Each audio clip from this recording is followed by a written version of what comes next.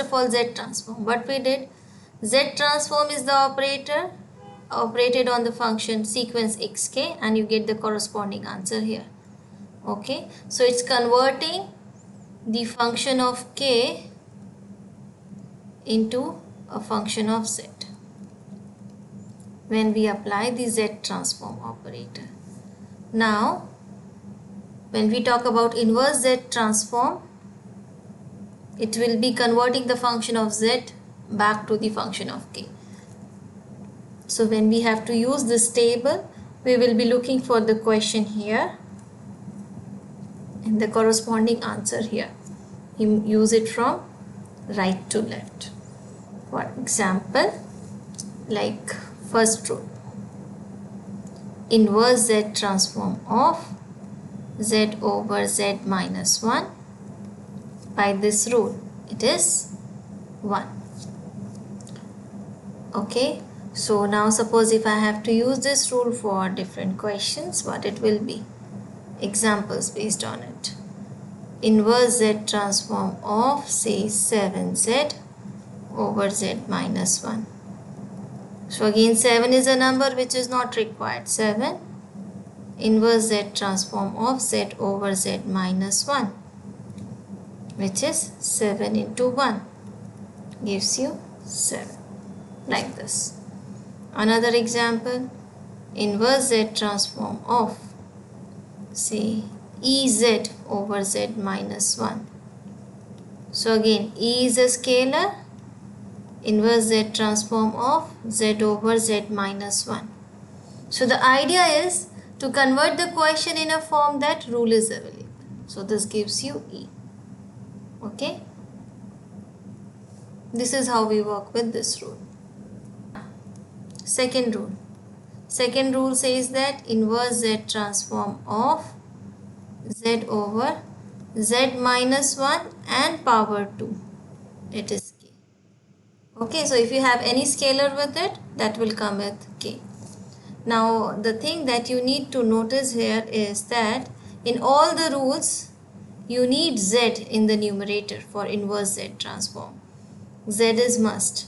What I mean is, if you need to find inverse Z transform of, say, any number over z minus 1, you cannot find it, because we need z in the numerator. So z is must. Okay, now let's work with another rule. Say this rule. This rule says that inverse Z transform of z over z minus a is a power k. Now how we can work with this rule? Different questions. First example. Let's say inverse Z transform of z over z minus 5. So if you compare directly, a is 5. What will happen if inverse Z transform of z over z plus 5? Okay, so here a is minus 5, so this gives you minus 5 to the power k. Similarly, say I have example 3 into third example, like inverse Z transform of, say, 2z over z plus 3. Now here what it will be? So here this 2 is extra, which is not required. So we can write it as 2 times z inverse of z over z plus 3, because it's a scalar, you can take it outside. 2, here z plus 3. Here it is minus. If it is minus, you get plus. So if it is plus, you will get minus. Minus 3 power k. So this is how you work with this rule. Okay. Now comes the last rule. So what this rule says that inverse Z transform of z over a minus z.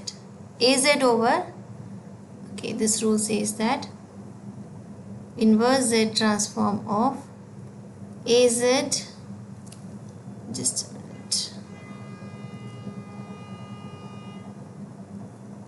Inverse Z transform of AZ over Z minus A power 2 is K A power K. Now, the questions that can be asked on this is like, first is the direct question. Direct questions will be like, if I'll say inverse Z transform of 2Z over Z minus 2 power 2. So you can see that if it is minus A, you should have plus A here. So if it is minus 2, you have plus 2 here. This gives you K 2 power K. Fine. Now, what will be if it is inverse Z transform of 2Z over Z plus 2 power 2? Change. See, there is a slight variation between question number 1 and 2.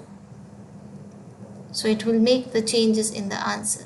Okay, so what we can see, if it is minus A here, if it is minus A, we need plus A here, that only give you positive. So as it was minus 2 here, you have positive 2 gives you positive. So the sign here, positive negative, is decided by the denominator. So if it is plus 2, you should get here K minus 2 to the power K. But to make use of this rule, if it is plus 2, you should have minus in the numerator. You should have minus here, right? So to get minus here, what you will do, write minus and minus. So let me write in the next step. You will write it like minus 2Z over Z plus 2 square, and then this whole with minus. So this gives you minus K to the power minus 2K. So I am erasing this minus from here, and we converted it into like this to get the solution. So similarly, if I need to find inverse Z transform of, say, 7K over Z plus 5 power 2, then how we will work? So again, the idea is convert it into the form so that rule is available. So we know that if it is minus A, we need here A. So if it is plus 5, what we need minus 5 above, right? So it means this 7 is extra, we don't need it. So if something is not required, take it outside. Because it's a number, you can take it. Inverse Z transform of K over Z plus 5 to the power 2. Now to make use of this rule, what is required? You need minus 5 here. So multiply with minus 5, divide by minus 5. So that now rule is available for this one. So this gives you 7 over minus 5 K minus 5 to the power K. Or you can write minus 7 over 5 K minus 5 to the power K. That's it. Sorry, I made a mistake here. It should not be K, it should be Z. Sorry. Okay. So it should be Z.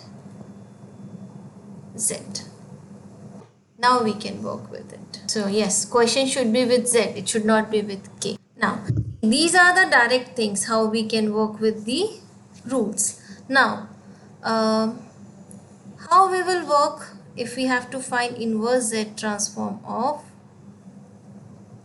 say 2Z over Z plus 1 Z minus 3, because in all these rules we have just Z minus A or Z minus 1 square, Z minus A square. We don't have anything for multiplication. Also, linearity property will not work for this. So how do we work for such kind of questions? So here we have to use the method of partial fraction to separate these two terms. Okay. So now here the method of partial fraction is similar to what we have done for the inverse Laplace transform with a slight modification. What is it? Instead of using the same factor, what we have seen in inverse Laplace transform, like if we have 2s over s plus 1, s minus 3, we use the same term to get the partial fraction, isn't it? But here, instead of this, when we go for partial fraction,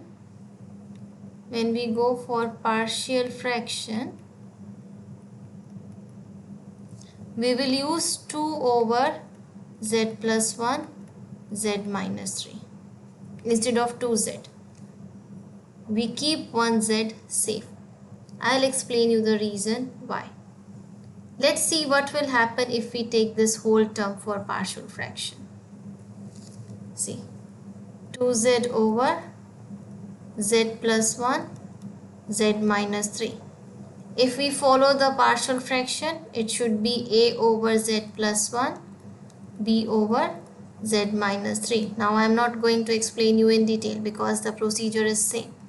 So I will just fastly do the calculation. Okay, z plus 1, z minus 3, 2z over z plus 1, z minus 3. Now then we compare the numerators, which gives you 2z is equal to a times this, b times z plus 1. Now two constants a and b, we need two values of z that we get from here, minus 1 and 3. So when z is minus 1, this gives you minus 2 is equal to a times minus 4. So a is half. I am doing direct calculation because I wanted to tell you something. When we use z is equal to 3, you get 6 is equal to 4b. This gives you b is equal to 6 over 4, that is 3 over 2. So when we use these values here, what you will get?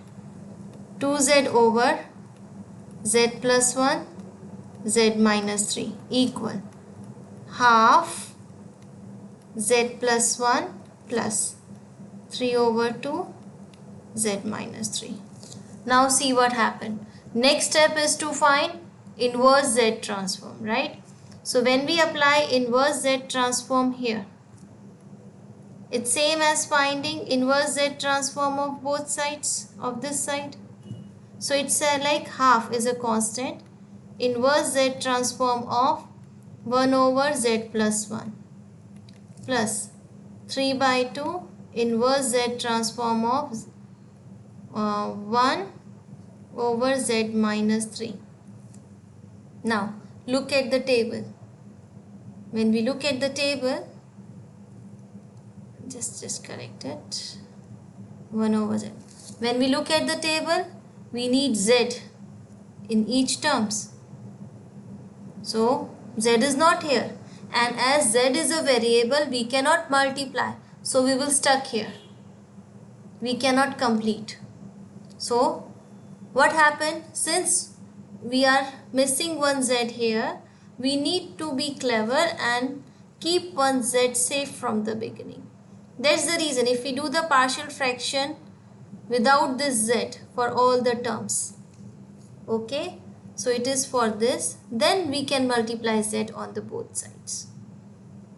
Okay, see what I am saying. If we do the calculation for 2 over z, what was it, plus 1 z minus 3 as a over z plus 1, b over z minus 3. We follow the same calculation, z plus 1, z minus 3, a times z minus 3, b times z plus 1, and this is 2 over z plus 1, z minus 3. So this gives you 2 equal z minus 3.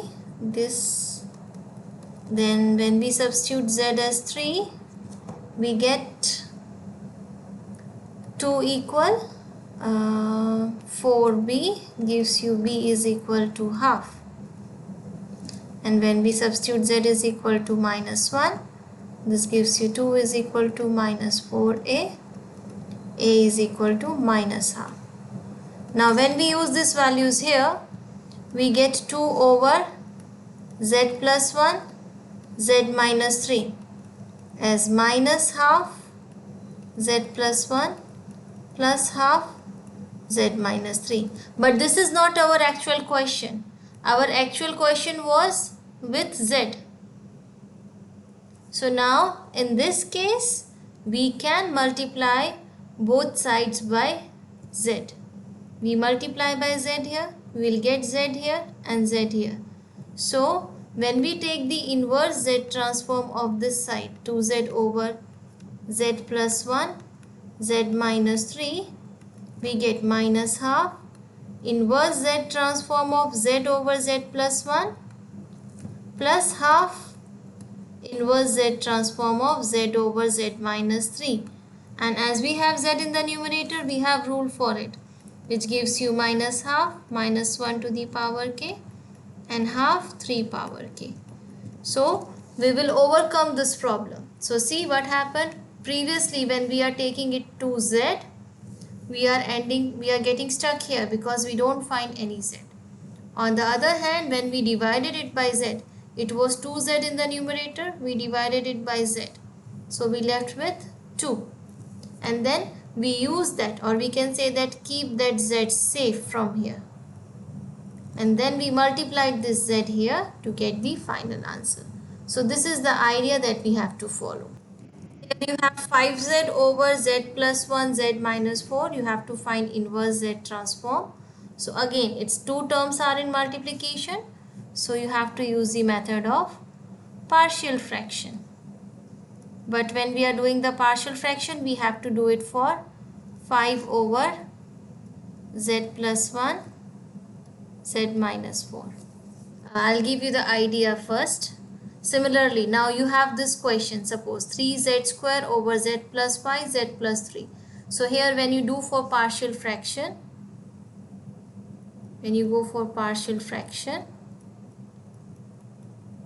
you will do the term 3z over z plus 5 z plus 3. Similarly, in this example, again you have to divide it by z. So in this case, in this specific case, what you have to do, see this numerator, how you can write 4z power 3 minus 3z. Since you have to divide it by z, take z as a common factor. So you left with 4z square minus 3 by taking z as a common factor. So for partial fraction, you will be using the term 4z square minus 3 divide z plus 1 z minus 4. So this is the basic idea. Okay, so let's come to the first question. Let's complete the first question. Let me write it in proper way. So it will be, say, 5 over z plus 1 z minus 4. Method of partial fraction. Since both the terms are linear, a over z plus 1, b over z minus 4. This gives you denominator same, z plus 1 z minus 4. Now we are looking for terms with a and b. 5 over. So with a we have term z minus 4. With b we have z plus 1. Now comparing the numerators, we get 5 equal a times z minus 4 plus b times z minus 1. Now as we have two constants a and b, we have to use two different values of z that we get from the denominators. Again, you can use any two values, but if you select it from here, it will reduce your calculation. So when we put z plus 1 equal to 0, it means we are using the value of z as minus 1. So substituting, now left side is same, 5 is same, equal A times minus 1 minus 4, B times minus 1, I think I made a mistake, it is plus 1 plus 1. This cancels to 0. 5 equal minus 5A. This gives A equal 1. Second value, Z minus 4 equal to 0 gives you Z is equal to 4.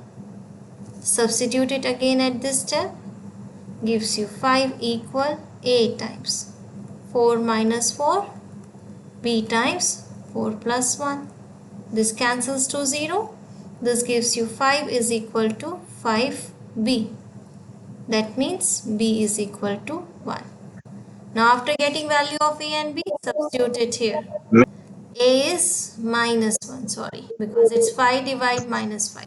So when we substitute it here, 5 over Z plus 1, Z minus 4 equal A, which is minus 1, Z plus 1, B, which is 1 over Z minus 4.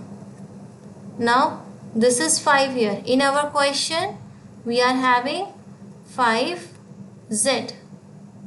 In our question we are having 5Z. So now we multiply both sides by Z.